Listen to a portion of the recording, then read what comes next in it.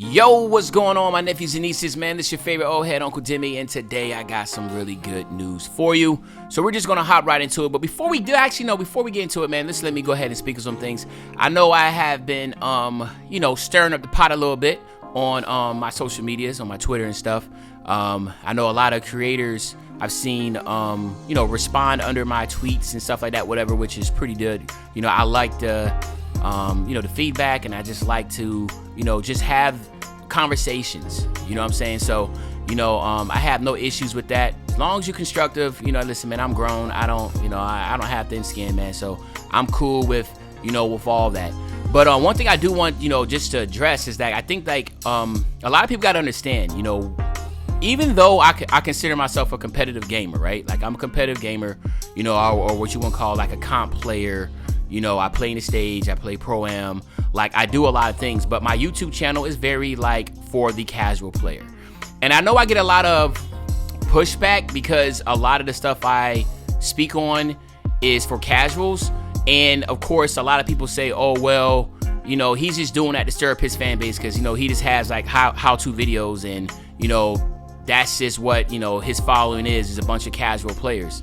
But I want you to understand that 99% of the people that play this game are casual gamers, right? So like people like myself and other creators I even say maybe about like 15% of their following, they're competitive players and they're not casual. So it's very hard to say that, well, Uncle Demi is just speaking to his base. No, I'm speaking to the majority. Like it just is what it is.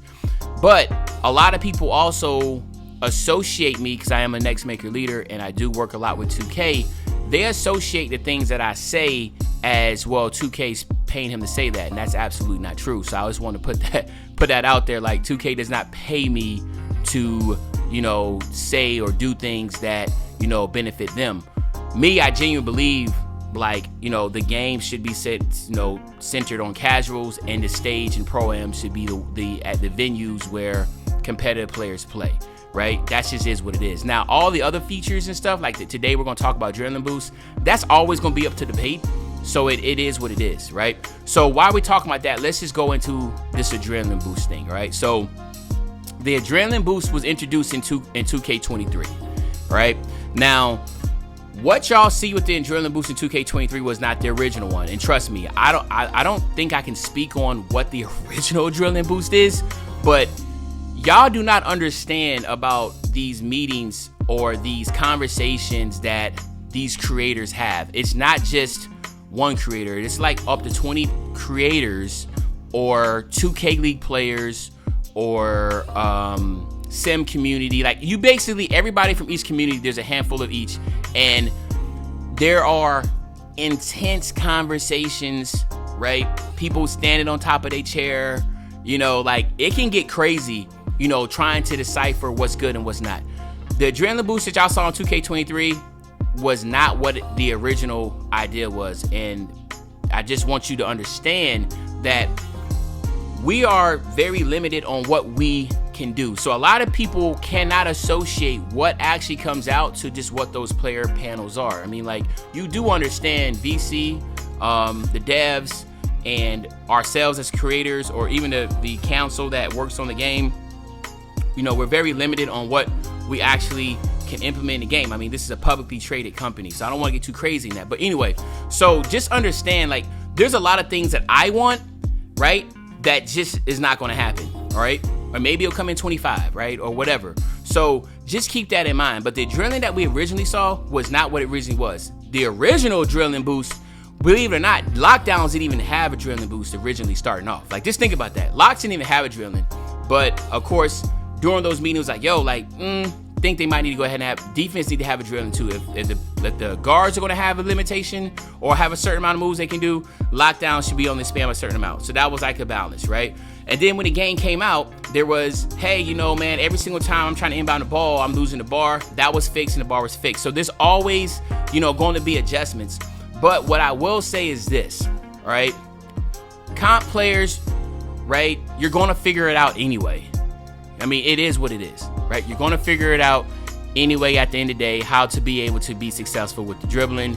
And I think that for the most part, a lot of the complaints that are coming from the, I guess the dribbling community, or what you want to call it, the ISO community, or just people that just like to dribble in general. I just think that a lot of that is just like, yo, like you just don't like change. But you cannot continuously try to say 2K is not trying to make changes or try to push the envelope forward, because that's what it is. Who knows how long adrenaline is going to be in the game, but it's still something refreshing and new to keep you on your toes to try to figure out something different. It's just a new mechanic, it's something different. It doesn't necessarily mean it's going to be the greatest change every single time. There's been a lot of changes that's been adjusted.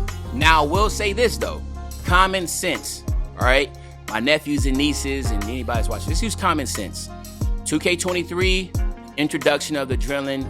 There was changes made before the game was released, which I spoke on, and then there was changes made after the game was released. Just like with anything, you go to the drawing board and you figure out the pros and cons. You hear the community out, you look at the data, and then you come out with something different. So common sense is that obviously there's going to be changes made, right? That just is what it is. Like, you just got to use common sense, right? Nobody's going to come out with the same mechanic of something if there was mistakes in it. Just like the builder, you expect changes in the builder. Definitely expect changes when it comes to the adrenaline, when it comes to the stamina, when it comes to the dribbling, when it comes to all that. Obviously expect differences in that. There is not going to be the same exact type setup. You just got to be smarter than that. There's always going to be changes made. I appreciate how passionate the community is, but understand the community, 99% of the community, they don't have a voice, right? So keep that in mind. Like 99% of the community, they don't have a voice. They just get on the game and they play.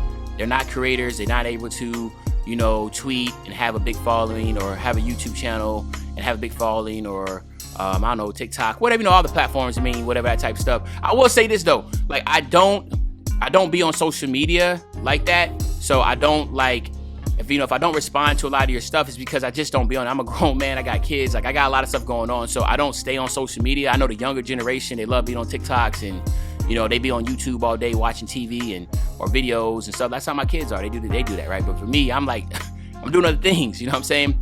So, but I do want you to understand that, 2K as a whole definitely tries to listen, but the people that have the biggest voice are the voiceless, because those are the ones, again, that are bringing, they're the majority, right? They're the majority. 99% of the people on that play 2K, they don't have a voice other than looking at behind the scenes of what they're actually doing and playing in the game.